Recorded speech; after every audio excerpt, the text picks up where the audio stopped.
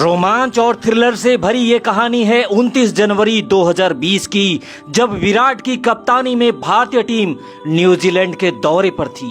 इस सीरीज से ठीक पहले 2019 ओडीआई वर्ल्ड कप के सेमीफाइनल में भारत को न्यूजीलैंड के हाथों करारी हार मिली थी। मार्टिन गप्टिल का वो थ्रो और माही का रनआउट भला हम कैसे भूल सकते हैं। अपने जीत के इसी घमंड में चूर न्यूजीलैंड की टीम भारत को इस सीरीज में हराने के लिए मैदान पर उतरती है। न्यूजीलैंड का अपना घर, पूरा का पूरा स्टेडियम न्यूजीलैंड के सपोर्ट में और वर्ल्ड कप सेमीफाइनल में भारत को हराने का मोमेंटम ये कीवियों के वर्चस्व को स्थापित कर रहा था। ऐसे में टॉस का समय हो चुका था और दोनों टीम के कप्तान टॉस के लिए मैदान पर आ चुके थे। यहाँ न्यूजीलैंड के कप्तान केन विलियमसन ने टॉस जीता और पहले बल्लेबाजी करने का फैसला लिया। आज या तो न्यूजीलैंड के गेंदबाजों को भारतीय बल्लेबाज ध्वस्त कर देने वाले थे या फिर कीवियों का वर्चस्व बरकरार रह जाने वाला था।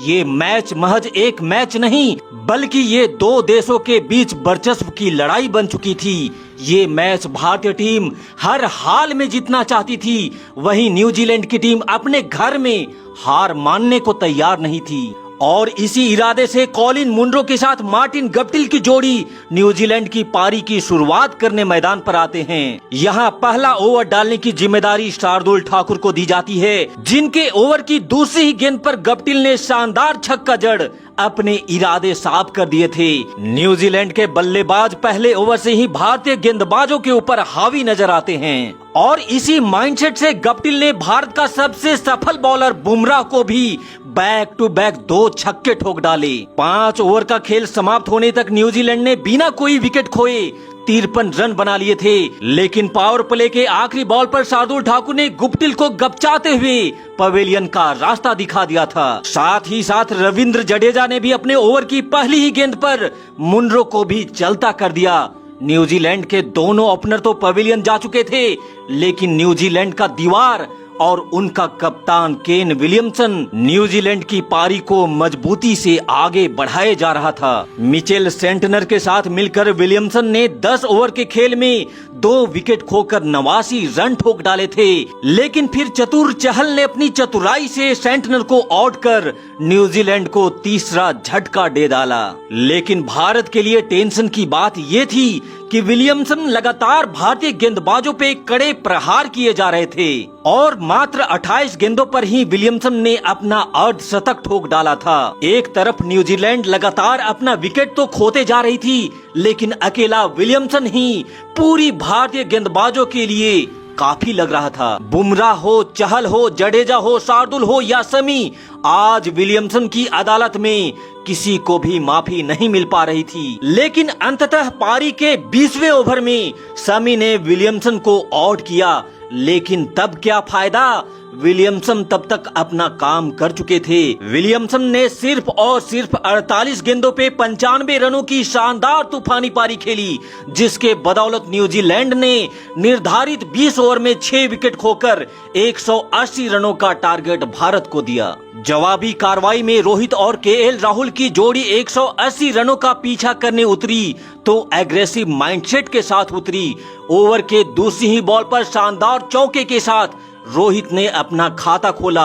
वहीं पारी के दूसरे ओवर में ही राहुल ने एक शानदार छक्का जड़कर ये ऐलान कर दिया कि हम इस जंग के लिए बिल्कुल तैयार हैं। राहुल और रोहित ने मिलकर पहले 5 ओवर में बिना कोई विकेट खोए 42 रन भारतीय टीम के खाते में जोड़े, लेकिन पारी के 6ठे ओवर में अचानक से रोहित हिटमैन के अवतार में आ गए और 3 लगातार छक्के और 2 चौके जड़कर उस ओवर से पूरे 27 रन बटोरे और इसी के साथ रोहित ने सिर्फ और सिर्फ 23 गेंदों में ही अपना अर्धशतक ठोक डाला। 6 ओवर का खेल खत्म हो चुका था और भारत का स्कोर बिना कोई विकेट खोए 70 रन था। यहाँ से राहुल और रोहित के बीच कुछ रनों का इजाफा और होता है, लेकिन फिर पारी के 9 ओवर की आखिरी गेंद पर 19 बॉल में 27 रन मारकर राहुल आउट हो जाते हैं। यहाँ भारत को बैक टू बैक 2 झटका लगता है। राहुल के तुरंत बाद रोहित भी 40 बॉल पे 65 रन बनाकर पवेलियन लौट चुके थे। यहाँ से फिर विराट कोहली के साथ शिवम दुबे ने भारतीय पारी को आगे बढ़ाना स्टार्ट किया, पर शिवम दुबे को जिस काम के लिए भेजा गया था उसमें वो सफल नहीं हो सके और 7 बॉल पे मात्र 3 रन बनाकर शिवम दुबे की पारी भी समाप्त हो जाती है।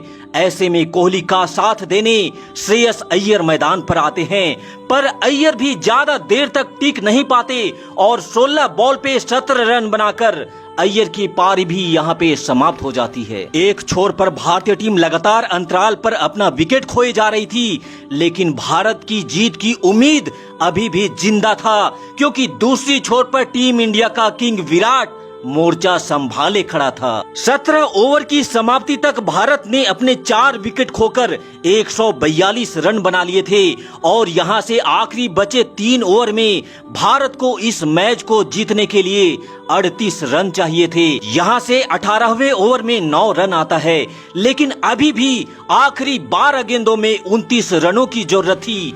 तब भारत के सभी दर्शकों को यही लग रहा था कि कोहली है तो बन जाएगा और बना देगा, पर उनका ये भरोसा 19वें ओवर में पूरी तरह से टूटकर चकनाचूर हो जाता है, क्योंकि 19वें ओवर की 5वीं गेंद पर कोहली भी 27 बॉल पे 38 रन बनाकर टीम का साथ छोड़ गए थे और कोहली के इस विकेट के साथ ही भारत के जीत की उम्मीद भी टूट चुकी थी, क्योंकि यहाँ आखिरी के ओवर में भारत को इस मैच को जीतने के लिए 19 रनों की जरूरत थी और क्रीज पर थे मनीष पांडे के साथ रविंद्र जडेजा। यहाँ से पहली गेंद पर सिंगल आता है, लेकिन दूसरे बॉल पर पांडे जी ने एक शानदार छक्का जड़ मैच में रोमांच भर दिया था। साथ ही साथ जडेजा ने भी 5वीं बॉल पे एक छक्का मारा। अब आखिरी बॉल पे भारत को जीत के लिए 2 रनों की जरूरत थी। स्ट्राइक पर थे जडेजा। रोमांच का लेवल अपनी हदों को पार कर चुका था। ऐसे में टीम सऊदी आखिरी बॉल पे 2 रन बचाने के लिए बॉल फेंकते हैं, लेकिन आखिरी के उस बॉल को जडेजा खेल नहीं पाते और बॉल उनके पैड पे लगता है।